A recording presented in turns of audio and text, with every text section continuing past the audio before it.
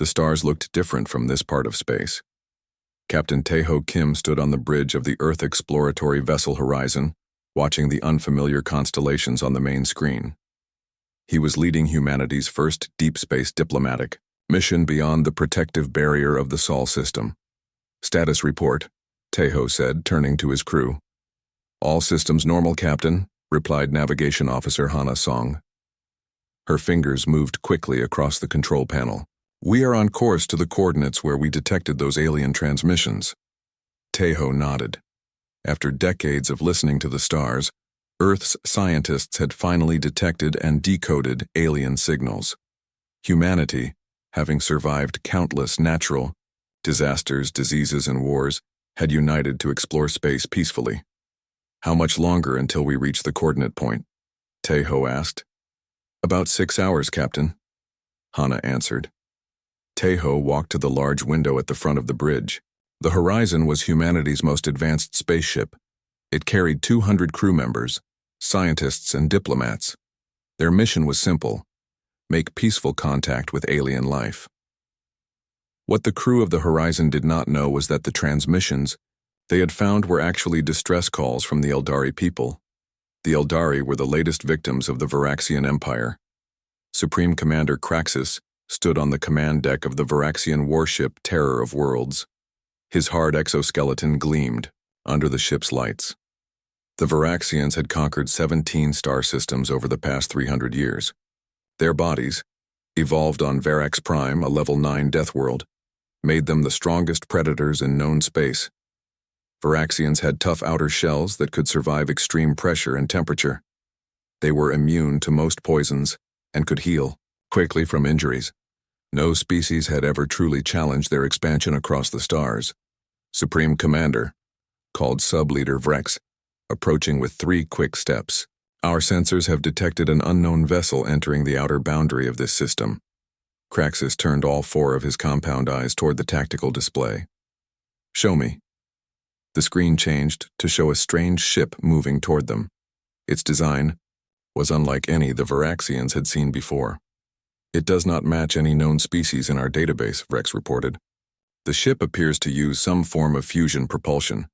Scans detect approximately 200 life forms aboard." "Interesting," Kraxus said, his mandibles clicking together. "Perhaps they are responding to the Eldari distress signals.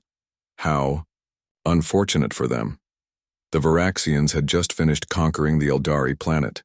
The weak species had surrendered after only 6 days of fighting. Now their world belonged to the Varaxian Empire. "Prepare combat systems," Kraxus ordered. "Let us greet these newcomers properly." Communications Officer Jiwoo Park frowned at her console on the Horizon's bridge. "Captain, I'm detecting a large energy signature ahead. Something big is out there." Taeho walked quickly to her station. "Can you identify it?" "It appears to be a vessel, sir, much larger than ours." Jiwoo adjusted some settings. "And it's moving toward us." The main screen changed to show a massive ship. It was at least 5 times the size of the Horizon. Its dark hull was covered with what looked like weapons. Science Officer Dong-hyun Lee studied the readings from his station. "Captain, that ship has enough firepower to destroy a small moon. I'm also detecting unusual biological signatures aboard. Definitely not human." Taeho felt his heart beat faster. This was it. First contact with alien life. But something didn't feel right. The ship looked built for war, not peaceful meetings. "Open all communication channels," Taeho ordered. "Broadcast our first contact greeting message." Jiwoo nodded and began sending the carefully prepared message in multiple formats. The message contained basic mathematical principles, images of humans, and peaceful greetings in hundreds of Earth languages. For several minutes, there was no response. Then the communication system beeped. "They're responding," Jiwoo said excitedly. "Receiving video transmission." "On screen," Taeho ordered, standing tall. The screen flickered, and the humans got their first look at an alien species. The creature had 4 compound eyes, a hard shell-like body, and clicking mandibles. It stood on 4 legs with 2 more limbs that ended in claw-like hands. "Unknown vessel," the alien said, its voice translated by the ship's computer. You have entered Varaxian territory. Identify your species and surrender immediately. A heavy silence fell over the bridge. This was not the peaceful greeting they had hoped for. Taeho stepped forward. I am Captain Taeho Kim of the Earth exploratory vessel Horizon. We come in peace from a planet called Earth. We seek only friendly contact and knowledge exchange. The alien's mandibles clicked rapidly. I am Supreme Commander Kraxus of the Varaxian Empire. Your intentions are not my concern. Your ship is, now property of the Empire. Prepare to be boarded. Resistance will result in your destruction. Taeho glanced at Security Chief Minji Kang, who subtly shook her head. The Horizon had some defensive capabilities, but nothing that could match the alien warship. Supreme Commander, Taeho said calmly. Perhaps there is a misunderstanding. We have no hostile intentions. We only recently developed deep space travel and are new to this region of space. Kraxus seemed to study them through the screen. New species, interesting. From which world do you originate? We come from Earth, third planet from our star, which we call the Sun. The alien made a sound that might have been laughter. Our scans indicate your bodies are mostly water, with no natural defenses. Your ship's weapons are primitive. What level Deathworld did you evolve on? Level 2? Perhaps 3? Taeho looked confused. I don't understand what you mean by Deathworld level. Of course you don't, Kraxus replied. Primitive species rarely understand galactic classifications. Deathworld levels measure how dangerous a planet is to life. My species evolved on Varex Prime, a level 9 Deathworld. The harshest conditions produce the strongest species. The humans exchanged glances. They had no idea how Earth would be classified. In this system, you will allow a boarding party onto your vessel, Kraxus continued. We will assess your species' potential usefulness to the Empire. Taeho tried to stay diplomatic. We would welcome cultural exchange, but we cannot allow armed boarding of our vessel without— This is not a request, Kraxus interrupted. Prepare to receive our boarding shuttle in your docking bay. If your ship's systems are incompatible, we will create our own entry point. The transmission ended abruptly. Options? Taeho asked, looking around at his senior officers. We can't outrun them, Hana said. Their engines are far more powerful. And we can't outfight them, added Minji. Their weapons would tear through our shields in seconds. Donghyun looked up from his science station. Captain, I suggest we comply for now. Let them board. It will give us time to learn more about them and possibly find a way to communicate better. Taeho nodded slowly. Very well. Prepare the main docking bay. Minji, have a security team ready, but keep weapons concealed. Ji-woo, inform the rest of the crew about our situation. He took a deep breath. Let's show these Varaxians what humans are really like. None of them realized that they were about to turn the Varaxians' understanding of the galaxy upside down. The aliens were about to meet humans from Earth, an unclassified level 12 Deathworld. And nothing would ever be the same again. The Varaxian boarding party stomped through the docking bay of the Horizon. 6 tall warriors with gleaming exoskeletons surrounded Science Officer Dong-hyun Lee. He had volunteered to greet the aliens while Captain Taeho and the others watched from the bridge. Welcome aboard the Horizon, Dong-hyun said with a small bow. I am Science Officer Dong-hyun Lee. The lead Varaxian, Sub-Commander Vextar, stared at the human with all 4 compound eyes. When Dong-hyun smiled politely, the aliens took a step back, hands moving to their weapons. It shows its teeth, one warrior clicked to another. A threat display. Vextar raised a claw. Be calm. Lower-level species often have strange behaviors. He turned to Dong-hyun. You will take us to your command center. Dong-hyun nodded. Of course. This way, please. As they walked through the corridors of the human ship, the Varaxians couldn't believe what they were seeing. The hallways were lit at levels that would be considered dim on their warships. The temperature was cool, what the Varaxians would consider uncomfortably cold. Most surprising was the atmosphere. This oxygen level should be toxic, Vextar muttered to his science officer. How are they surviving in this? The Varaxian scientist checked his scanner again. The air is nearly 21% oxygen. Most carbon-based life forms would burn up from inside at these levels. On the bridge, Captain Tejo watched the aliens approach on the security feed. "What do you think, Minji?" he asked his security chief. Minji Kang frowned. "They're heavily armed, Captain, and those exoskeletons look tough. I'm not sure our standard weapons would do much damage." "Let's hope it doesn't come to that," Tejo replied. "We're here to make friends, not enemies." When the Varaxians entered the bridge, the human crew tried not to stare. None of them had seen an alien before today. The Varaxians were nearly 7 feet tall, with 4 legs and 2 upper limbs ending in 3-fingered claws. Their heads had 4 compound eyes that moved independently. "This is smaller than expected," Vextar said, looking around the bridge. "Your technology is primitive." Tejo stepped forward. "We may be new to deep space travel, but we're quick learners." Vextar clicked his mandibles. "Supreme Commander Kraxus wishes to learn more about your species. One of you will return with us to our ship for examination." The human crew tensed. This didn't sound like a request. "I volunteer," Donghyun said before Tejo could respond. "As science officer, I'm best qualified to answer questions about humans and Earth." Tejo gave him a worried look. "Are you sure?" Donghyun nodded. "It's what we came out here for, Captain. To learn about other life forms. Now they want to learn about us. It's only fair." After Donghyun left with 4 of the Varaxians, Vextar and 1 warrior remained on the bridge. "While your science officer assists us, you will provide us with information about your planet and species," Vextar said. "Of course," Tejo replied. "What would you like to know?" "Your world's gravity, atmospheric composition, temperature ranges, and predator species," Vextar answered. "We must classify your Deathworld level." Tejo looked at Jiwoo, who began pulling up Earth's data on her screen. "Earth's gravity is 9.8 meters per second squared," she said. "Average temperature ranges from -50 to +50 degrees Celsius depending on location and season. Atmosphere is mostly nitrogen and oxygen." Vextar made a noise that sounded like coughing. "Impossible. No species could evolve in such conditions." "We did," Tejo said simply. Aboard the Varaxian warship, Donghyun was led to a large laboratory. Chief Biologist Zexnar was waiting with several assistants. "Place the specimen there," Zexnar ordered, pointing to a metal table.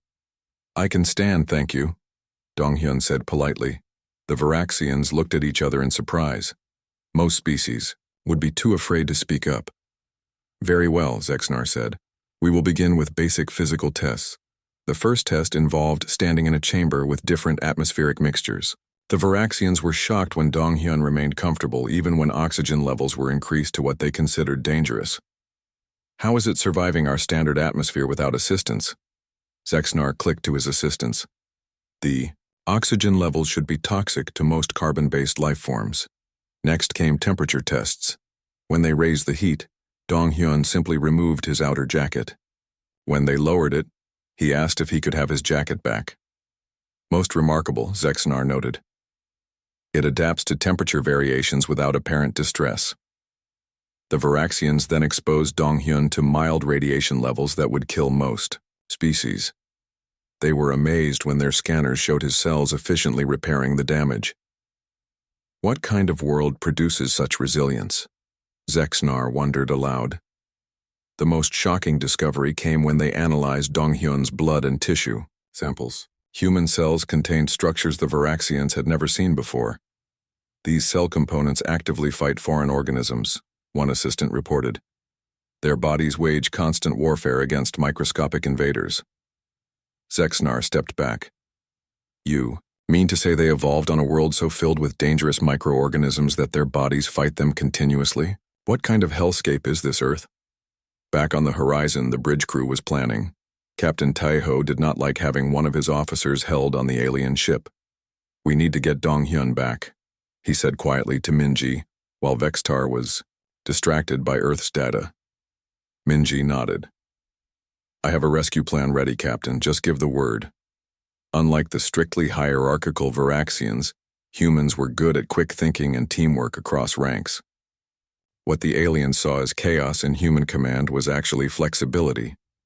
Vextar was growing more concerned as he reviewed Earth's information.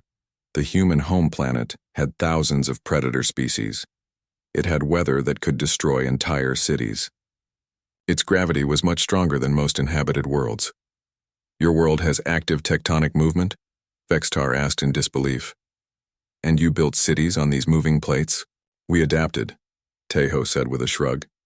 Engineer Junho Choi entered the bridge with a tray. I thought our guest might be hungry, he said, placing the tray on a table.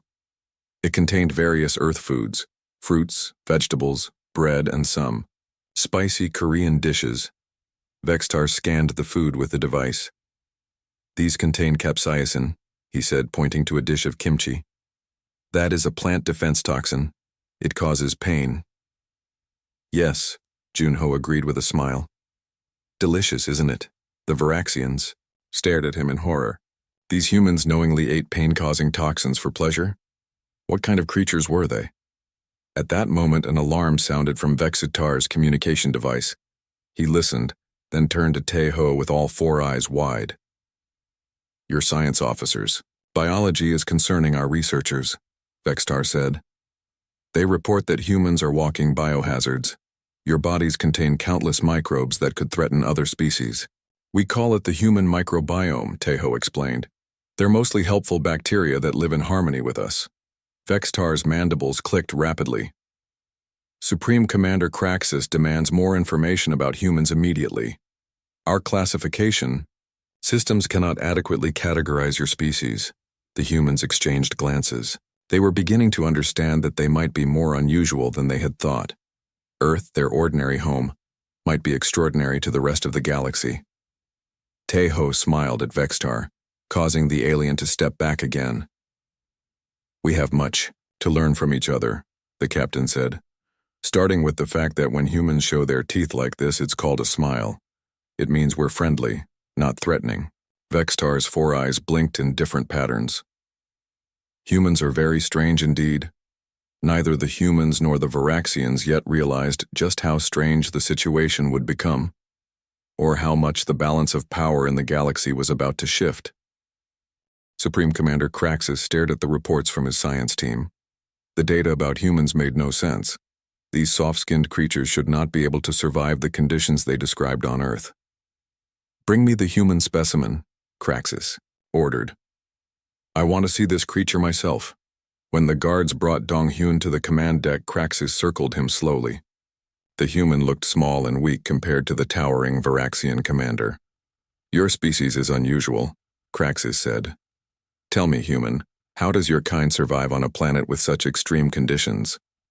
Dong-hyun smiled, causing several Varaxian officers to reach for their weapons. Earth seems normal to us, Dong-hyun explained. We adapted to our environment over millions of years. Craxus clicked his mandibles. My scientists tell me your bones contain calcium.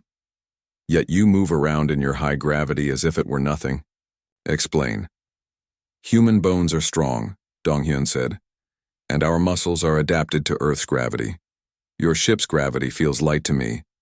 I could jump much higher here. This information troubled Craxus. If Earth's gravity was significantly stronger than standard, these humans might have physical advantages the Varaxians hadn't considered. You will remain here while we learn more about your ship and crew, Craxus decided. Take him to a holding cell.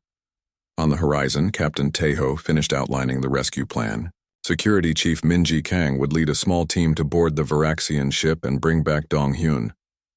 The aliens still have 2 representatives on our bridge, Minji said. We can use them as leverage if needed. Taeho frowned. I'd prefer to avoid hostage situations.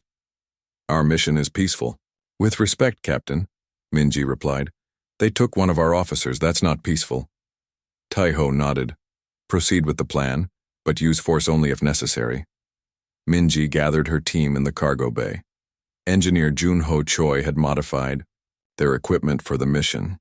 The Varaxians rely on standard communication frequencies, Junho explained as he handed out small devices. These will jam their signals for about 10 minutes, and these he said, holding up what looked like simple pens, are electric disruptors. They should affect the Varaxians' nervous systems without causing permanent damage. Minji raised an eyebrow. You made these from materials on the ship? Junho grinned. Humans are good at improvising. This was humanity's greatest advantage. Tool use taken to extreme levels. The Varaxians, despite their biological superiority, had evolved to rely on their natural weapons and hadn't developed the same ingenuity. In his cell aboard the Varaxian ship, Dong-hyun examined his surroundings. The walls were solid metal, and there was no visible door control inside. The air was warm and humid, probably comfortable for Varaxians but slightly uncomfortable for humans. Dong-hyun did not feel particularly worried. His training had prepared him for difficult situations. He began to do push-ups and other exercises to pass the time. Outside the cell, 2 Varaxian guards watched him on a monitor. What is it doing? One asked. Some kind of physical exertion, the other replied. Perhaps a stress response? After an hour, the guards were amazed that the human was still exercising. Varaxians were built for short bursts of intense activity, not endurance. The human's ability to maintain moderate exercise for extended periods was unsettling to them. Minji's team prepared to board the Varaxian ship through a maintenance airlock. Their plan was simple. Get in, find Dong-hyun, and get out. They wore standard spacesuits that would protect them from the different atmosphere.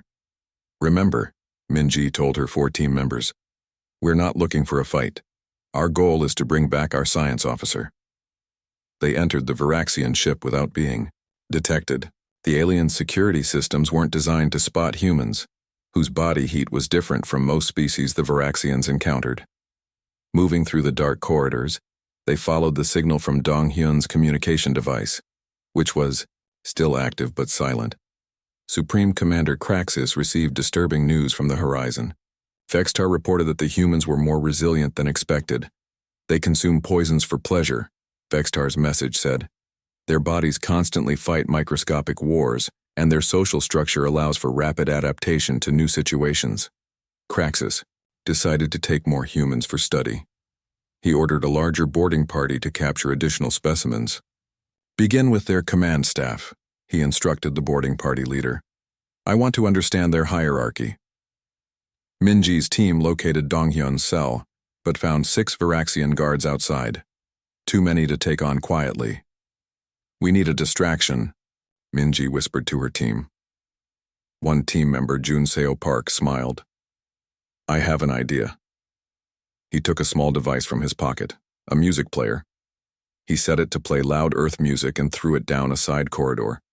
When the confused guards went to investigate the strange noise, Minji's team quickly moved to the cell. Junho's modified tools made short work of the lock, and soon they were face to face with Dong-hyun. Took you long enough, he said with a smile. Traffic was bad, Minji replied. Let's go home. As they made their way back toward the airlock, an alarm sounded. They had been discovered. Run, Minji ordered.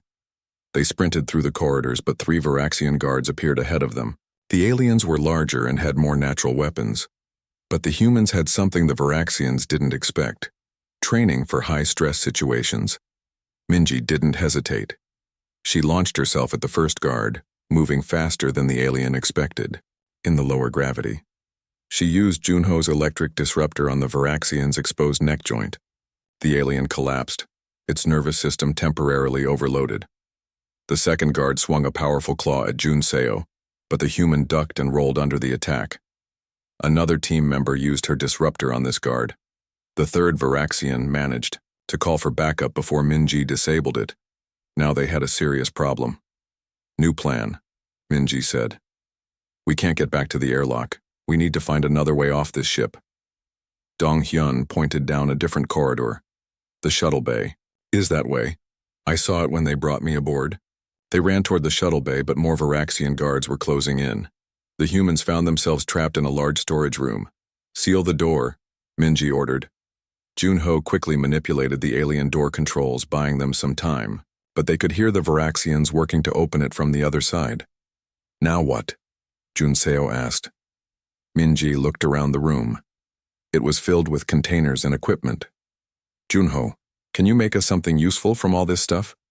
The engineer examined the alien technology with interest. Give me 5 minutes. While Junho worked, Minji contacted the Horizon. Captain, we have Donghyun, but we're trapped on the Varaxian ship. We need backup. Taeho's voice came through clearly. That's a problem. The Varaxians just sent a boarding party to capture more of us. We're dealing with our own situation. On the bridge of the Horizon, Taeho watched as 20 heavily armed Varaxians demanded entry to his ship. Beside him, Vextar seemed concerned. Your people took our science officer, Taeho said, to Vextar. Now you want more of my crew? Supreme Commander Kraxus finds your species fascinating, Vextar replied. He wishes to study humans more thoroughly. We're not lab animals, Taeho said firmly.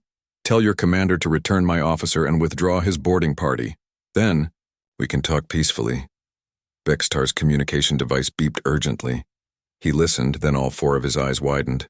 Impossible, he whispered. Your security team has disabled 3 elite guards? How? Taeho smiled. Humans are full of surprises.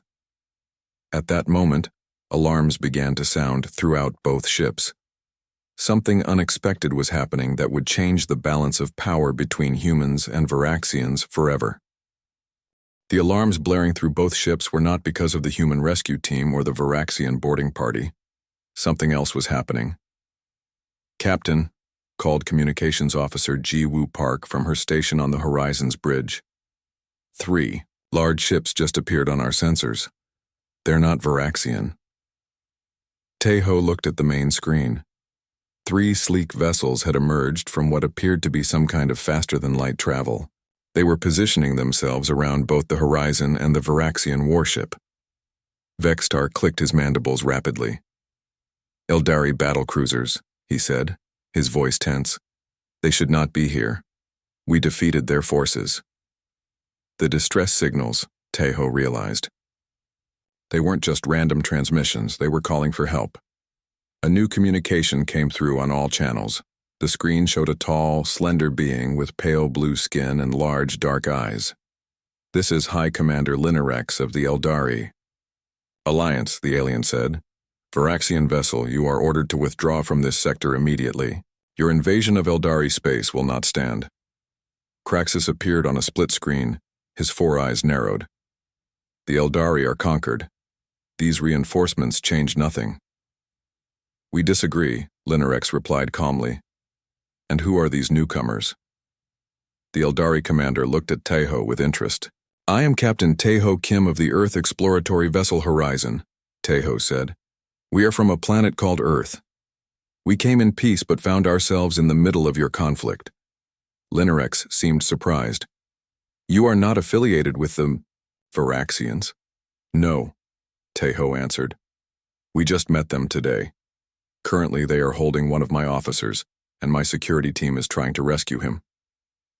This information changed the situation. The Eldari commander turned to Kraxus. Release the humans immediately or we will open fire, Kraxus hissed. The humans are being studied. They come from an unclassified world. Their biology is of interest to the Empire. Our biology is not your concern, Taeho said firmly. Return my crew members, and we can discuss peaceful exchange of information. While this conversation was happening, Minji's team was still trapped in the storage room on the Varaxian ship. The door was beginning to give way as Varaxian guards worked to break in. I've got something, Engineer Junho announced, holding up a device he had built from the alien technology. It's a portable energy disruptor. It should disable their weapons and door systems within a 20-meter radius. Minji nodded. Good. Work. Get ready, everyone. When the door finally opened, 6 Varaxian guards rushed in, weapons ready. Junho activated his device and the aliens' energy weapons immediately shut down. The humans, using their simple electric disruptors that weren't affected by the energy field, quickly incapacitated the confused guards. Move, Minji ordered. Head for the shuttle bay before more arrive. On the bridge of his warship, Kraxus received more disturbing news. Not only were Eldari ships threatening his position, But the human security team had disabled another group of his elite guards using improvised technology. Their planet must be a nightmare, Craxes said to his officers. These humans sleep, deliberately becoming unconscious and vulnerable. Every planetary rotation. What kind of hellscape would evolve creatures that must regularly fall into defenseless states? One of his science officers spoke up. Commander, we've analyzed more of their biological data. The humans evolved on a planet with thousands of apex predators, forcing the development of intelligence and tool use instead of biological weapons. And yet they survived, Craxes said thoughtfully. Perhaps we have underestimated them. Aboard the Horizon, diplomatic officer Su Min Yang had joined Captain Tai Ho on the bridge. She was the ship's expert on first contact situations. Captain, I believe I can establish better communication with both species, she said. Let me try to resolve this peacefully. Tai Ho nodded. Go ahead. Su Min stepped forward. High Commander Linnarex of the Eldari, Supreme Commander Craxus of the Varaxians, I am Diplomatic Officer Su Min Yang of Earth. We came to this region of space seeking peaceful contact with other intelligent life. Let us work together to find a solution that doesn't involve violence. Linnarex responded first. We are open to discussion, Earth diplomat, but the Varaxians must withdraw their forces from our territory. Craxus hissed. The Eldari are weak. Their worlds rightfully belong to the stronger species. Strength takes many forms, Su Min said calmly. On Earth, many different species live together in balanced ecosystems. The strongest predators don't always survive, often it's the most adaptable. While Su Min continued the diplomatic conversation, Tai Ho received a communication from Minji. Captain, we've reached a shuttle bay, Minji reported. But there's a problem. The shuttles require Varaxian genetic authentication to operate. Can Junho bypass it? Tai Ho asked. He's trying, but it's complicated. We might need more time. Tai Ho turned to Vextar, who was still on the bridge. Your commander needs to order his troops to stand down and allow my people to return to our ship. I cannot give such orders, Vextar replied. Only Supreme Commander Craxus can... He was interrupted by another call from Minji. Captain, we have a more urgent problem. The Varaxians detected some kind of human pathogen in their air filtration system. They're putting the whole ship into quarantine lockdown. This was what Craxus had been afraid of. Humans carried countless microorganisms in their bodies, most harmless to them but potentially dangerous to species with different biology. Some of these microbes had entered the Varaxian ship's air system. Su Min saw an opportunity. Supreme, Commander Craxus, she called. Our biology is different from yours. We carry microorganisms that might be harmful to your crew. Let our people return to our ship before anyone is affected. For the first time, Craxes looked uncertain. Your species evolved on a planet where the atmosphere itself is corrosive, he said. Your oceans, covering 70% of your surface, would crush and dissolve our exoskeletons at modest depths. Your daily temperature variations would cause most species metabolic shock. Su Min nodded. Earth is what humans call home. But to you, it might well be the most dangerous planet in the galaxy. What is your world's Deathworld classification? Craxus demanded. We don't have such classifications, Tai Ho answered. But based on what you've told us, Earth would probably be considered extreme. Vextar had been analyzing Earth's data more thoroughly. He turned to the screen showing Craxus. Supreme Commander, their gravity readings. Earth has 1.227 times the gravity of Varax Prime. A heavy silence fell over both ships. The Varaxians had evolved on what they considered one of the harshest planets in the galaxy, a level 9 death world. Yet Earth's gravity was significantly stronger. You mean to tell us, Vextar clicked in disbelief, that your species evolved in a gravitational pull stronger than our homeworld? And your skeletal structures support this naturally? Yes, Tai Ho said simply. That's why your ship feels light to us. We've been operating at only about 60% of our normal strength and endurance. The Eldari commander, who had been listening to this exchange, seemed amazed. Captain Kim, what exactly is your planet? Before Tai Ho could answer, Science Officer Donghyun's voice came through Minji's communication channel. "Tell them, Captain," Donghyun said. "Earth isn't a level 9 death world like Verax Prime. Based on their classification system and the data we've exchanged, Earth would be a level 12 death world, off their charts." The revelation hung in the air between the three ships. Everything was about to change. 6 months had passed since the first contact between humans, Veraxians, and Eldari. The Galactic Council had called an emergency meeting to discuss the implications of Earth's discovery. Representatives from 27 spacefaring civilizations gathered in the Great Hall on the neutral planet Nexus. Ambassador Hyunwoo Kim represented Earth at the proceedings. He stood calmly at the center of the hall, flanked by Captain Taeho and Science Officer Donghyun. The other species watched with a mixture of fear and fascination.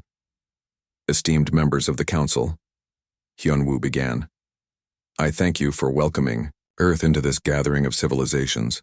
We come seeking friendship and knowledge exchange." An elder Veraxian rose from his seat. It was Supreme Commander Kraxus, now serving as the Veraxian ambassador to the Council. "The humans speak of peace," Kraxus said, his mandibles clicking softly. "Yet we must acknowledge what they are. They evolved on a level 12 death world, AT, planet so harsh that our classification system had no category for it." Murmurs spread through the hall. Most species had evolved on worlds ranging from level 1 to level 5. Only the Veraxians came from a level 9 world. No one had imagined a level 12 could support complex life. High Commander Linerex of the Eldari spoke next. "In the 6 months since we met the humans, they have helped negotiate a peace treaty between the Eldari Alliance and the Veraxian Empire, something we had thought impossible. This was true. After the initial confrontation, Diplomatic Officer Su Min Yang had worked tirelessly to create a framework for peace. Her human perspective brought new ideas to the table. We find it remarkable," Ambassador Hyunwoo continued, "that our physiological differences have caused such concern. On Earth we have a saying, 'It is not the size of the dog in the fight, but the size of the fight in the dog.'" The translator struggled to convey this concept to species that had never seen a dog, but the meaning was clear enough. A small, green-skinned representative from the Zethian collective raised a hand. "We have studied the human data. Is it true that your species sleeps, becomes unconscious for 1/3 of your daily cycle? How did you survive predators?" Donghyun smiled. "We adapted. We built shelters. We used tools. We worked together. Human strength comes not just from our bodies but from our communities and our minds." The Zethians seemed puzzled by this concept. Many species in the galaxy had evolved either powerful natural weapons or specialized adaptations for their environment. The human approach, using intelligence and cooperation to overcome biological limitations, was unusual. "The humans have terms unknown in our language," Kraxus explained to the Council. "Concepts like forgiveness and redemption that allow them to form cooperative groups despite past conflicts. This may be their most dangerous adaptation." Taeho stepped forward. "We don't see ourselves as dangerous. On Earth, thousands of species live together in complex ecosystems. The strongest survive, yes, but so do those who adapt and cooperate." Another representative, a crystalline being from the Tholian sphere, chimed in with a musical voice. "Our deep scans of human biology reveal something troubling. Your cells contain structures that suggest your ancestors survived multiple extinction-level events. Is this accurate?" "Yes," Donghyun confirmed. "Earth has experienced at least 5 major extinction events in its history. Each time, life adapted and continued. Our distant ancestors survived these catastrophes and evolved into what we are today." The hall fell silent as the assembled representatives considered this information. Most inhabited worlds had stable histories. The concept of evolving through repeated planetary disasters was alien to them. "Tell us about these extinction events," requested a representative from the aquatic Malosian Republic. Donghyun explained about asteroid impacts, supervolcanoes, ice ages, and other disasters that had shaped Earth's evolutionary history. With each description, the alien representative seemed more shocked. "And you still return to the stars?" asked the Malosian, their fins rippling in disbelief. After your planet tried to kill your species so many times? We never thought of it that way, Taeho said with a small smile. Earth is our home. It challenged us and we rose to meet those challenges. Craxus clicked his mandibles thoughtfully. Perhaps this explains the human paradox. You appear soft, with no natural weapons, yet you demonstrate resilience beyond any species we have encountered. The Varaxians evolved powerful exoskeletons and natural weapons to survive their harsh world, Hyunwoo noted. Humans took a different path. We developed larger brains, complex social structures, and tool use. Different solutions to similar problems. As the council session continued, more questions came from curious representatives. They wanted to know about Earth's vast oceans, its extreme weather patterns, the thousands of predator species, and how humans had managed to become the dominant life form despite lacking natural weapons. One final question, said the eldest council member, a wise Dralaxian who had lived for over 500 years. Your history indicates that humans have fought many wars among themselves. If your species is so dangerous, how can we trust you not to bring conflict to the stars? Hyunwoo considered this question carefully before answering. It is precisely because we understand the cost of conflict that we seek peace. Humans have indeed fought terrible wars. We have seen the destruction we can cause, but we have also seen the wonders we can create when we work together. He gestured to the gathered representatives. This council represents what we have always hoped to find in the stars. Diverse civilizations coming together to share knowledge and solve common problems. We don't want to conquer. We want to contribute. The council deliberated for several hours after the human presentation. Finally, they reached a decision. Earth would be welcomed into the galactic community, but with special protocols due to their unique biology and capabilities. As the session ended, Craxus approached the human delegation. 6 months ago, I considered your species a curiosity, to be studied. Now I find myself thankful that humans chose peace when you discovered our weakness. What weakness? Taeho asked. We Varaxians evolved natural weapons so powerful that we never needed to develop your level of cooperation or innovation, Craxus explained. When faced with the unknown, you humans instantly improvise and work together. That adaptability is something we lack. Later, aboard the newly commissioned Earth-Varaxian joint exploration vessel Unity, Captain Taeho Kim and Commander Craxus prepared for their mission into uncharted space. Both knew that the greatest strength of their unlikely alliance wasn't biological advantages but the combination of Varaxian tactical efficiency and humanity's boundless adaptability. Your planet tried to kill your species dozens of times, Craxus observed as they reviewed the mission plan.